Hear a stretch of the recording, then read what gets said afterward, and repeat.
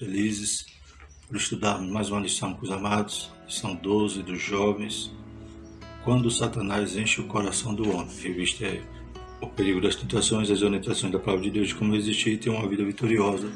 Revista comentada pelo pastor Alexandre Coelho. Então, dando continuidade a esse tema sobre a tentação, a gente vai falar aqui sobre Ananias e Safira. Então, além da tentação de mentir, a gente vê que havia no coração deles muitos outros pecados, como estaremos estudando na lição. Então, realmente, Satanás encheu o coração deles. Lembramos os irmãos que na descrição do vídeo há links para download dos slides em PDF PowerPoint. Os irmãos podem usar gratuitamente. Os irmãos possam compartilhar, comentar, curtir e se inscrever, aqueles que ainda não são inscritos no canal no YouTube. O texto principal da nossa lição é Não deis lugar ao diabo, está lá em Efésios 4:27. Resumo da lição: Deus não considera inocente aquele que se deixa levar pelos enganos de Satanás. Então, embora Satanás tenha enchido o coração dele, embora Satanás tenha o tentado, ele é culpado, o homem é culpado. No caso aqui, Ananias e Safira são culpados por quê? Porque cederam, Então o inimigo não empurra do penhasco, como a gente viu em lições passadas, O inimigo não empurrou Jesus ali do pináculo do templo. Ele tenta para que a pessoa, ao vez seduzida, dê a luz ali ao pecado, ela que tem que agir. Então, nesse caso, Deus não toma por inocente aquele que é culpado. Os objetivos da nossa lição são mostrar o mover de Deus em Jerusalém, conscientizar de que a oferta de Ananias e Safira estava contaminada e saber que devemos ter cuidado com o nosso coração. Texto bíblico, isso se encontra em Atos capítulo 5, versículo 1 a 11. Mas um certo varão chamado Ananias, com Safira sua mulher, vendeu uma propriedade e reteve parte do preço, sabendo também sua mulher. E levando uma parte, a depositou aos pés dos apóstolos. Disse então Pedro: Ananias, por que encheu Satanás o teu coração, para que mentisse ao Espírito Santo e retivesses parte do preço da herdade? Guardando-a não ficava para ti, e vendida não estava em teu poder?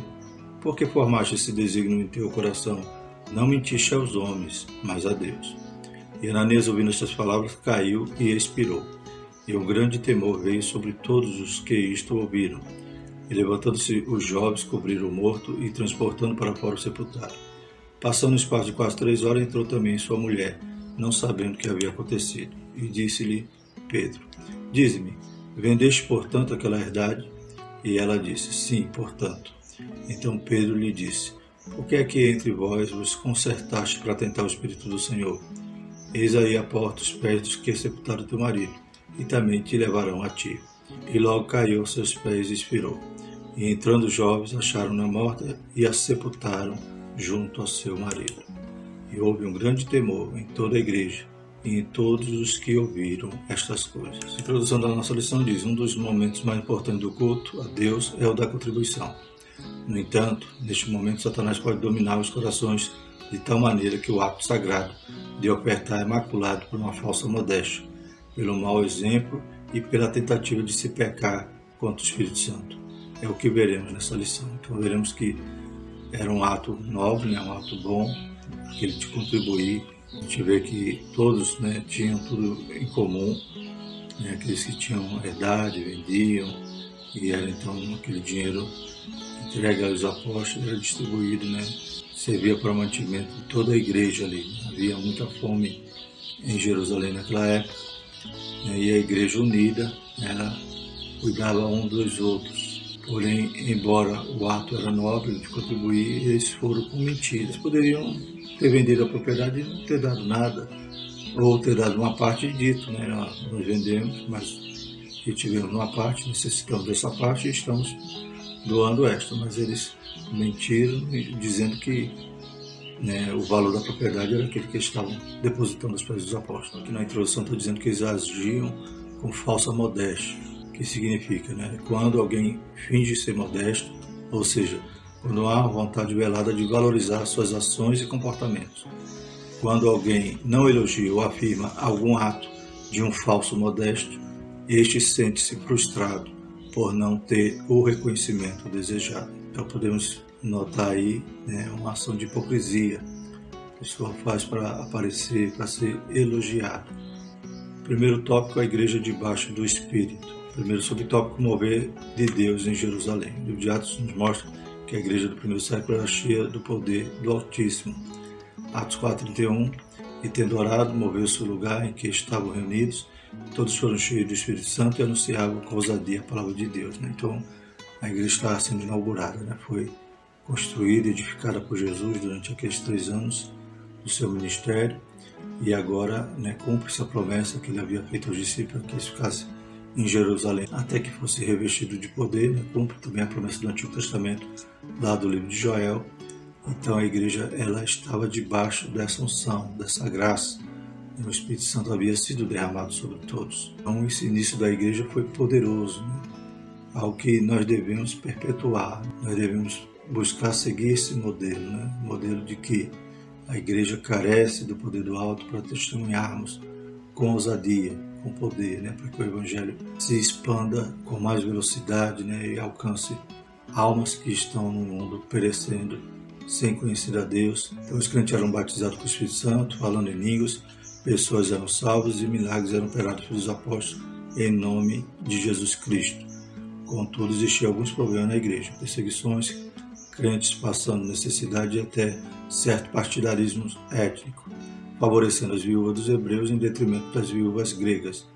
Atos 6:1 diz: ora, naqueles dias, crescendo o número dos discípulos, houve uma murmuração dos gregos contra os hebreus, porque as suas viúvas eram desprezadas no ministério cotidiano. Então é claro que, embora a igreja estava recebendo o poder do alto, mas a igreja era formada de homens, como não é diferente no dia de hoje. E toda igreja tem os seus problemas, porque somos falhos, e é excelente aquele que está em nós, mas nós continuamos sendo os vasos de barro.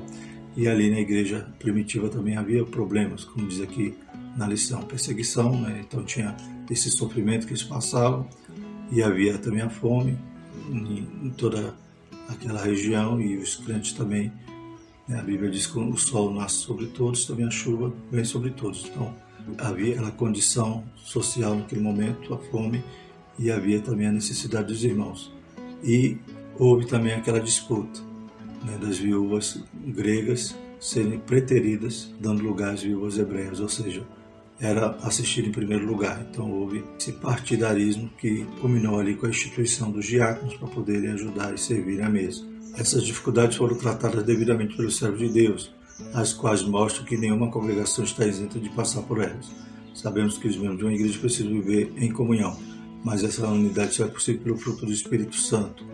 Na lição está Gálatas 6:22, mas o correto é Gálatas 5:22. Mas o fruto do Espírito é amor, gozo, paz, longanimidade, benignidade, bondade, fé, mansidão e temperança. Então, para vencermos todos os obstáculos, todas as nossas imperfeições, os problemas dos relacionamentos na igreja, é necessário esse fruto, que é o amor, dividido aí em 9 gomos. Então, há uma outra ação que o Espírito Santo opera em nós, diz que demos lugar, busquemos a Ele, queiramos viver no Espírito e não na carne, para não produzir as obras da carne, mas sim o fruto do Espírito. E isso é o que vai fazer com que a igreja caminhe e vença todos esses obstáculos. Deus operou poderosamente na vida dos cristãos do primeiro século. A palavra era ministrada e os seguidores do caminho, como eram chamados os discípulos de Jesus, se tornaram bem conhecidos em Jerusalém. Então, quando Saulo de Tarso pede carta, ele vai atrás desses que pertenciam ao caminho.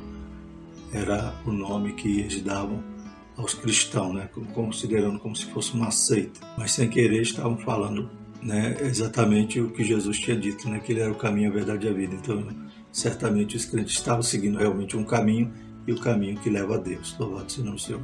Então a gente percebe que todas essas dificuldades que a igreja passou, só vence mesmo sendo espirituais. Então a gente vê na igreja de Coríntios, talvez havia disputa ali de alguém querendo dizer que era mais espiritual do que o outro, mas havia carnalidade. Então havia obras da carne. Então, para realmente sermos espirituais, a evidência é o fruto, embora carecemos dos dois, Tanto produzir fruto como também ser revestido de poder.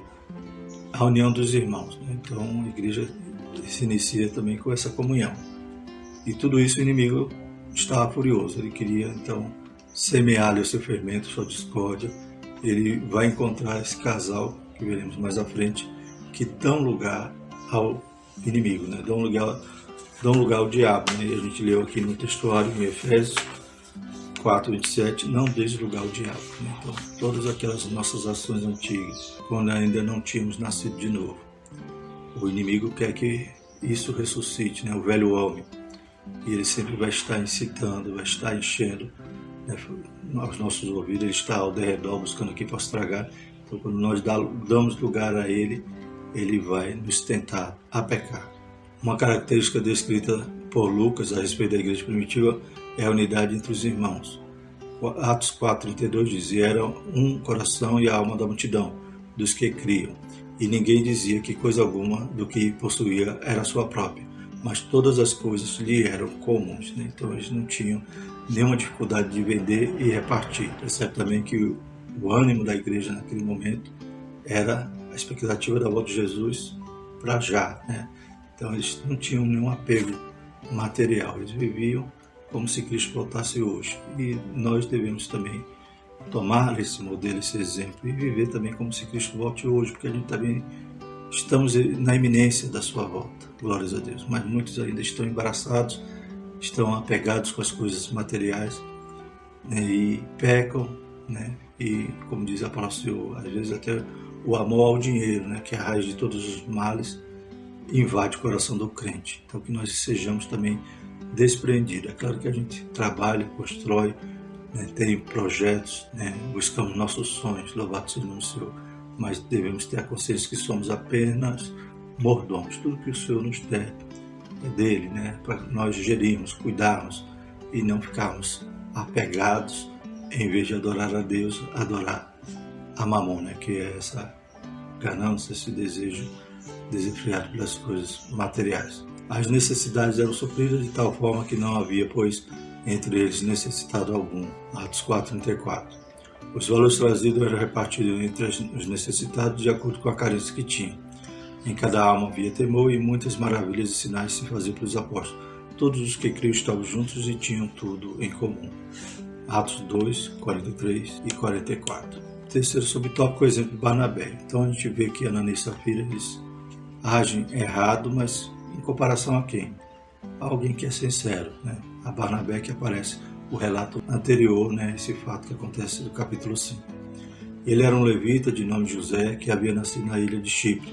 Barnabé, como também era conhecido, foi um homem de Deus, cognominado pelos apóstolos como Barnabé, filho da consolação. Ele é destacado por Lucas, provavelmente por participar de formativa dos capítulos seguintes, no auxílio do reconhecimento de Paulo. Então a gente vê nesse momento ele levando ali, vendendo uma verdade e levando dinheiro aos apóstolos, de forma sincera, de forma honesta. E depois a gente vai ver que esse Barnabé ele é muito usado por Deus, né? Aqui em Atos 9:27, por exemplo, então Barnabé, tomando consigo, trouxe aos apóstolos e lhes contou como no caminho ele vira o Senhor e lhe falaram. E como em Damasco falara ousadamente no nome de Jesus. Então a gente vê Barnabé apresentando Paulo aos apóstolos, porque eles tinham medo, tinham receio. Paulo recém-convertido ali, a partir daquele momento que teve aquele encontro com Jesus no caminho de Damasco.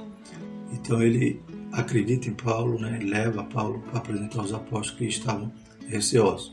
A gente vai ver também que depois, né, quando o evangelho chega em Antioquia, né, muitos crentes se convertem ali, eles mandam então esse Barnabé para Antioquia. Barnabé vai buscar Paulo para ajudá-lo ali nessa obra. Eles ensinam ali durante um ano aquela igreja, e a Bíblia diz que ali então, né, o evangelho gerou tanto efeito ali na vida daqueles crentes que foi o primeiro lugar a serem chamados de cristãos. Então Barnabé vai aparecer nos outros capítulos de Atos, porque ele vai sendo usado por Deus de forma maravilhosa.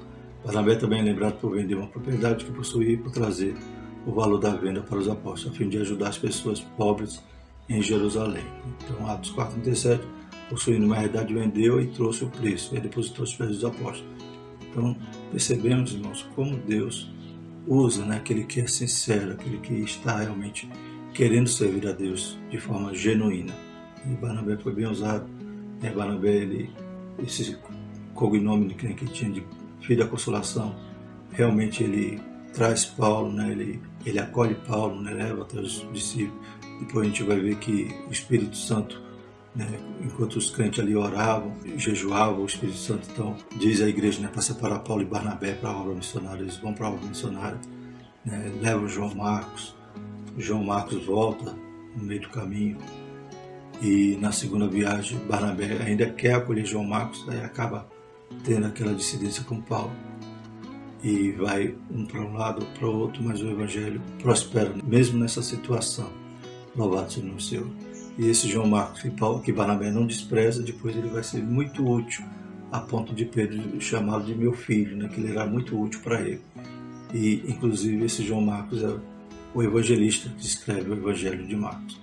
Então a gente vê que ele investia nas pessoas, né? Ele tinha esse cuidado. Então o Espírito Santo realmente era na vida de Barnabé, e Deus tem grande obra na vida daquele que é sincero. A gente conhece Barnabé agora, nesse momento em que ele vende aquela propriedade e vai entregar o dinheiro aos apóstolos, como os outros faziam também, com sinceridade, com honestidade, contrapondo, né, o que vai acontecer em seguida, que é o pecado ali que estava no coração de Ananias e Safira, por dar ouvido àquilo que o diabo semeava nos seus ouvidos e enchia os seus corações. Segundo tópico, uma oferta contaminada pela mentira.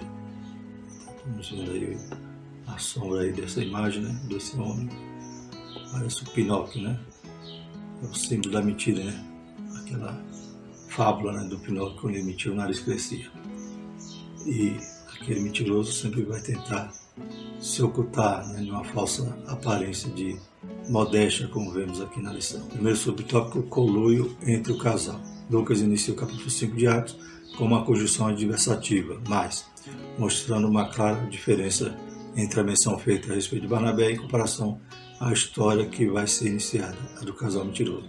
Então a gente vê que esse mais faz essa ponte, né, demonstrando toda a adversidade que havia entre o ato de Ananias e Safira e o ato sincero de Barnabé. Então, mais uma vez, né, aplicando isso aos nossos dias, a gente vê que Deus usa o sincero. Deus usa aquele que está na sua direção, fazendo a sua vontade, né? A gente lembra do exemplo da tentação de José. Ele foi honesto, foi sincero, foi íntegro, né? Passou por todos os sofrimentos ali, toda a penalidade, mas ele, né, foi vitorioso, e Deus usou ele poderosamente ali no Egito. Barnabé não ia ser diferente, também estava ali, né, no radar de Deus, e ele foi também muito usado. Porém, né, talvez, quem sabe, Ananias tinha esse pensamento: não, quem sabe eu vou ser notado aqui na igreja, eu vou ficar em evidência, quem sabe até eu tenho algum ofício, né, no meio dos líderes. Então ele tinha ali muita coisa ruim no seu coração, né? Satanás realmente encheu o coração dele. Então a mentira tinha um objetivo, né? Não era só aquele elogio inicial, mas provavelmente ele tinha esse anseio, né, por algo maior, por outras recompensas. Da mesma forma que Barnabé, esse casal vendeu uma propriedade e trouxe um valor para os apóstolos. Enquanto Barnabé trouxe o preço do que vendera, Ananias e Safira apresentaram parte do preço, e da forma combinada acertaram entre si que diriam os apóstolos que o resultado da venda era diferente do valor total. Deus não obrigou o casal a contribuir com a obra. Eles poderiam vender a propriedade e reter parte do preço, de acordo com a necessidade que tinham naquele momento. Então, o pecado não foi eles reter parte do dinheiro, nem eles não tinham nem obrigação de contribuir. O pecado foi mentir, né? Foi tentar ali ser fraudulento, né? E numa ação, né, de piedade, porém contaminada, né? Como a gente já leu, com a mentira, né? Contaminada ali com a falsa modéstia. Reter parte do valor que tinha consigo não era necessariamente problema. O mal que fizeram foi mentir para Deus e depois para os apóstolos, transparecendo uma falsa espiritualidade. Atos 5,4 diz: guardando não ficava para ti, e vendida não estava em teu poder, porque formaste esse desígnio em teu coração. Não mentiste aos homens, mas a Deus. O problema deles era exatamente esse. Eles podiam ter vendido e ficado até com tudo, mas decidiram enganar, né? Decidiram se mostrar como religiosos, né? Porém com falsidade, com hipocrisia, né? Tudo que Jesus condena lá no Sermão do Monte, né? Como estamos estudando na lição dos adultos. Segundo subtópico, a mentira narrada e confirmada. Ao levar o dinheiro para os apóstolos, Ananias já havia acertado com sua esposa a mentira que iria contar diante das pessoas. Eles passariam bem aos olhos dos irmãos. Uma doação financeira robusta atrairia olhares de admiração. Mas Deus não tolera a desonestidade, e o preço dela custou a vida de Ananias e de Safira. Atos 5:10, e logo caiu aos seus pés e expirou, e entrando os moços acharam-na morta e a sepultaram junto ao seu marido.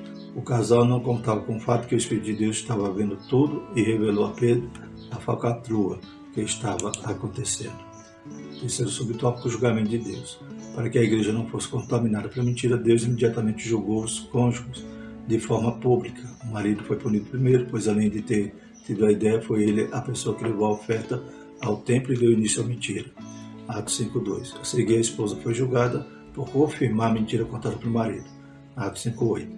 A princípio pode parecer que Deus tratou o casal de forma árdua, mas ele não comete erro, pois é justo e reto. Vemos que foi pesado, o castigo. Imagine se hoje Deus não estivesse tratando com tanta longanimidade, com tanta paciência. Mas naquele momento era necessário uma ação rigorosa, porque estava surgindo a igreja ali. Eles tinham aquela incumbência de ser testemunha de Jesus, não só em Jerusalém, mas na Judéia, Samaria, até os confins da terra. Então tinha ali um plano, um projeto que tinha que ser bem executado. E Satanás veio para atrapalhar.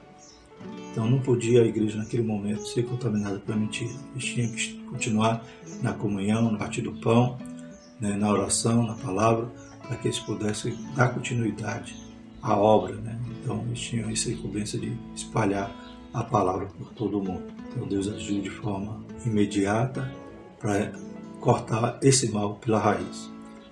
Deuteronômio 32:4, ele é a rocha cuja obra é perfeita, porque todos os seus caminhos justos são. Deus é a verdade e não há nele injustiça. Justo e reto é. Então, quantos estão brincando com Deus, pensando que pode se safar, mas horrenda coisa é cair na mão do Deus vivo. E sabemos que tudo que o homem planta ele vai semear, e tudo que está oculto há de se revelar. Então, não brinque com Deus. Deus tem sido longânimo, tem tido paciência, mas no tempo certo ele age. Glórias a Deus. Então é necessário em todo o tempo lavarmos as nossas vestes no sangue do Cordeiro. Se tivermos em falha, corra para os pés de Jesus. Ele é fiel para nos perdoar. Louvado seja o nome do Senhor. Lucas relata que Pedro, cheio do Espírito Santo, perguntou a Ananias por que Satanás havia enchido seu coração para pecar contra o Espírito Santo. Disse então Pedro: Ananias, por que encheu Satanás o teu coração para que mentisses ao Espírito Santo e retivesses parte do preço da verdade? Atos 5:3. Então esse lugar que Ananias dá e Safira dá a Satanás para encher seu coração, não foi só a mentira, foi esse desejo da glória, desejo de ser elogiado, desejo de aparecer piedoso, tal como Barnabé ou os outros que faziam de forma sincera. Então toda essa máscara, toda essa hipocrisia foi o fruto deles terem dado lugar a Satanás e permitido que ele enchesse o coração deles. E apesar de Satanás ter enchido o coração de Ananias e Safira com engano e mentira, Deus não os considerou inocentes, pois foram eles que deram cabo à mentira. Então, o inimigo não joga ninguém do penhasco. Ele coloca na beirada, como ele fez com Jesus, e incita para que a pessoa complete ou culmine ali com o pecado que já está no coração. Então, o diabo não é culpado do pecado, ele é culpado da tentação, mas o culpado do pecado somos nós. Ser tentado não é pecado, mas ceder à tentação, esse é o pecado. Então, Deus não toma ninguém por inocente. Terceiro tópico, cuidado com o coração. Ananias e Safira, corações iludidos por Satanás. Subtópico 1. O pai da mentira continua a realizar seus feitos, ora mentindo para os seres humanos, ora motivando-os a tentar mentir contra Deus. O Senhor é verdadeiro e não tolera a mentira em lugar algum, ainda mais no ambiente dos santos.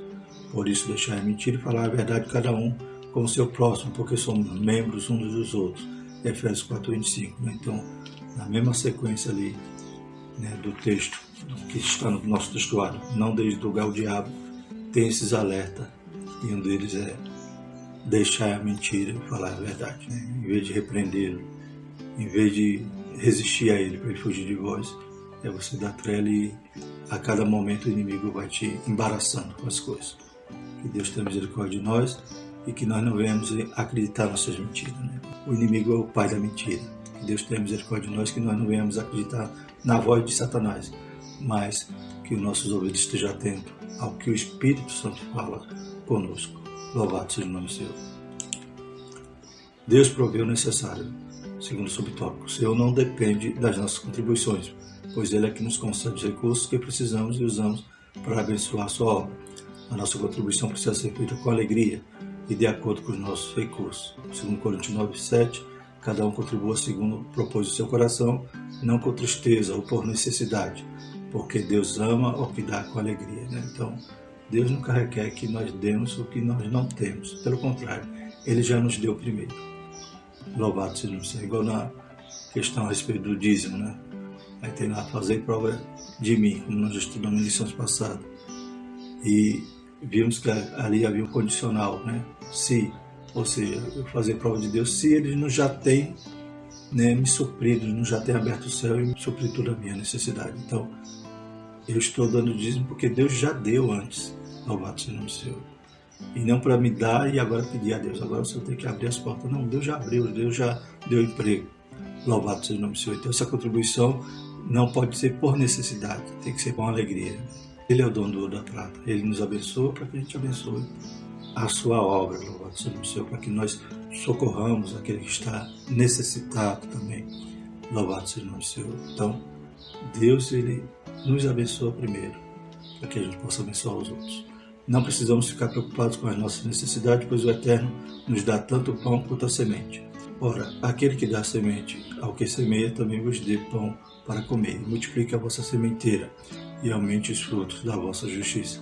2 Coríntios 9:10. Então, Ele é o nosso provedor. Glórias a Deus. A gente só faz agradecer as bênçãos que Ele derrama sobre nós.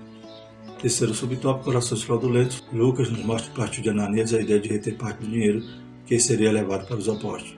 E reteve parte do preço, sabendo também sua mulher. Então, o inimigo encheu o coração dele de inveja, de desejo de glória, de hipocrisia. Mas o plano foi dele. Ele que concebeu no coração o plano e deu à luz ao pecado, juntamente com sua esposa. Safira poderia ter demonstrado seu esposo a não agir de forma fraudulenta, mas parece que o casal estava unido pelos laços da falta de caráter. Misericórdia. Mesmo conhecendo a mensagem do Evangelho, Então, que união terrível, Estava em plena comunhão para fazer o mal, Que Deus tenha misericórdia, E que sempre tenha aquele sensato, no casal, Para que quando um cair, o outro possa dar a mão e levantar, louvado seja o nome do Senhor. Mas ali os dois estavam caindo e bolados naquela tentação e no pecado.